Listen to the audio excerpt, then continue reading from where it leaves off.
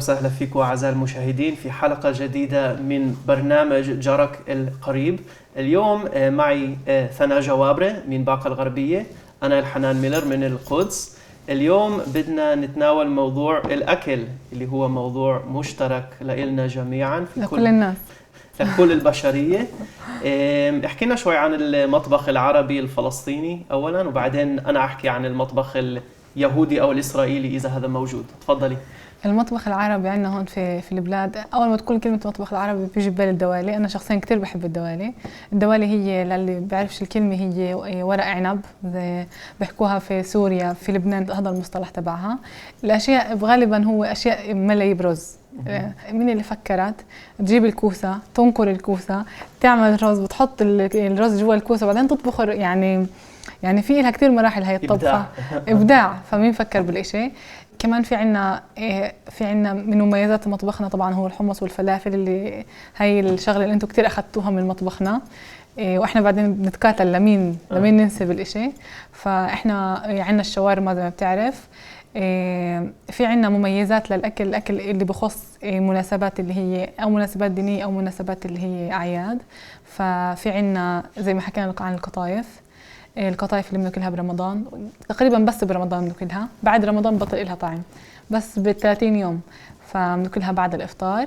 وفي عنا كل الكعك اللي بنعمل قبل العيد، فهو بتقسم لقسمين: كعك العيد اللي مدور اللي بنحشى بتمر، والكعك اللي هو معمول اللي برضه بنحشيه بتمر. غير هيك في عنا كتير بهارات من المطبخ الهندي. في عنا طبخة اللي بتوقع انه هي خاصة بس للفلسطينيين، هي المقلوبة، اللي هي طبخة بتعرف ليش يسموها مقلوبة؟ بيقلبوا الطنجرة، يعني بالعبري مهبوخة يعني. فبتقلب الطنجرة. في طبخات كمان خاصة لإلنا، توقع انه هذا هو. برضه صرنا ناكل الاكلات الغربيه زي ما حكيت لك قبل، انه بناكل السوشي وهي الشغلات، ما فوتناش على المطبخ العربي. بس برضه بعدين نحكي عن الاكلات العالميه اللي دخلت المطبخ الاسرائيلي. انا بحب اسمع عن اكلكم. وبحب اسمع عن موضوع الجفلتة فيش. في اكل اسمه جفلتة فيش. في اول كرتون عملته في اكل الجفلتة فيش موجود. مزبوط. في اول كرتون. مزبوط. الجفلتة فيش هو نوع من الكبة من السمكة، يعني مطحون مع بعض وبناكله زي كبة. طعمها ممكن يكون زاكي، يعني مسكر شوي. حلو قصدك. حلو سكري شوي حلو. وممكن يكون مالح أكتر حسب المناطق. في بولندا كان سكري أو حلو أكتر. في الليطة كان مالح.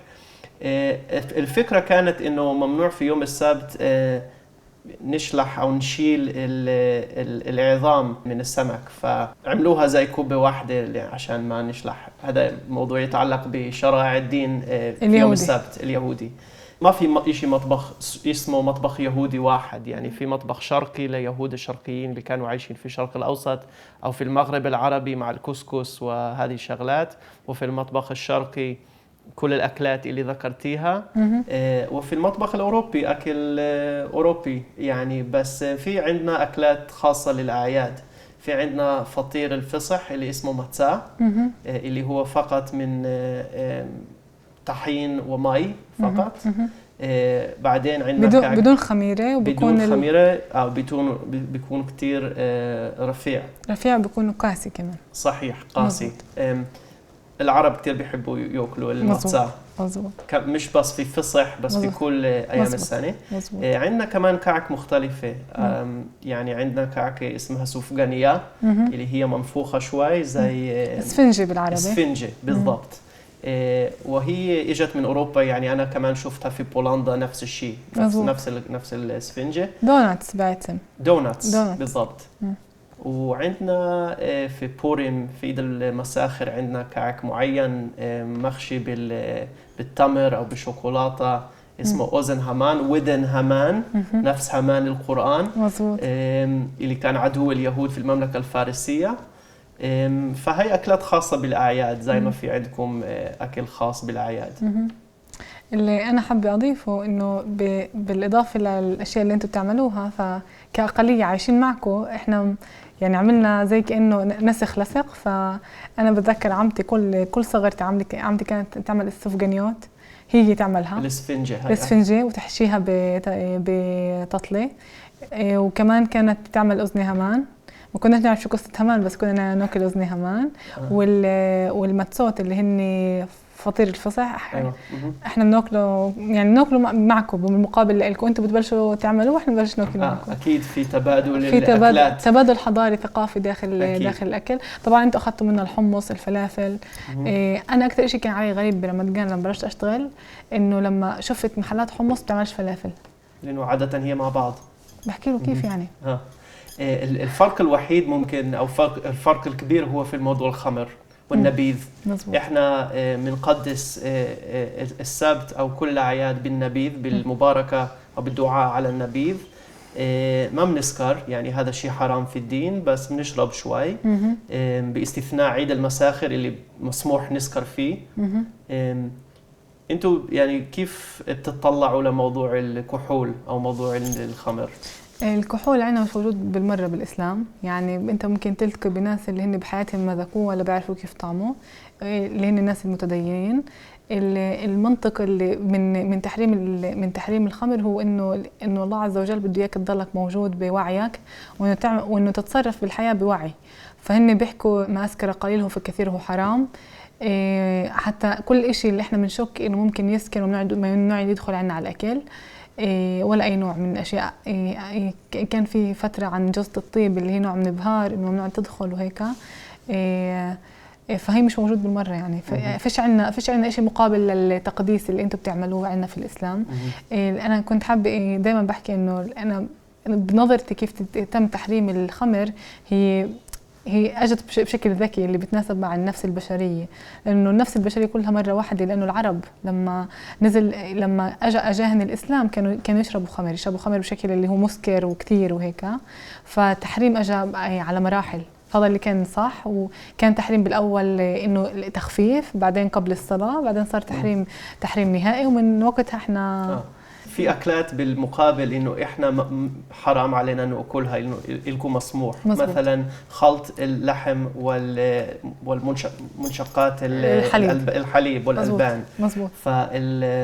فالمنسف مثلا ما مزبوط. حرام عندنا. مزبوط. أو أكلات البحرية مثل الجمبري والشريمب وكل هذه الأكلات. مزبوط. أنا عمري ما ذقت عن جد. طبعا لا خنزير اللي هو حرام عندنا أيضا، ولا شريمب ولا أسماك معينة اللي ما عندها حراشف وزعانف. إحنا ما عندنا شيء هذا التحريم. إحنا عندنا عن البحر هو طهور ما هو الحل ميتته، لأنه أنت تأكل السمكة هي بتكون ميتة. يعني بتموت. فاحنا كل شيء في البحر غير اللي اكلات اللحوم، مثلا القرش بتوقع انه بجوزناش ناكلها، سمكه القرش. من ناحيه الشريمبس وهي الشغله، الجمبري وما فيش عندنا هيك تحريم. بالاضافه للبن والحليب مش موجوده. وما فيش فتره كان في عندنا ناس تحكي انه مش مليح تاكلوا مع بعض، فكنا نفحص ونسأل كلهم إنه ليه يعني. فأجا تأثرنا بالتحريم اللي عندكم فيه. في قسم من الناس اللي بفضلوا ما ياكلوش لحم ولبن مع بعض، لأنه بحسوا إنه إشي ممكن بيصير بالمعدة بغير. هذا كمان ممكن تأثير إجا من اليهودية يعني. بس لا، إحنا عنا أعراسنا مثلا، إحنا بأعراسنا اللي هي الأكل بالعرس هو منسف مع لبن محرك، يعني يوغورت مفشال. أيوة. مطبوخ اللي بناكلهن سوا.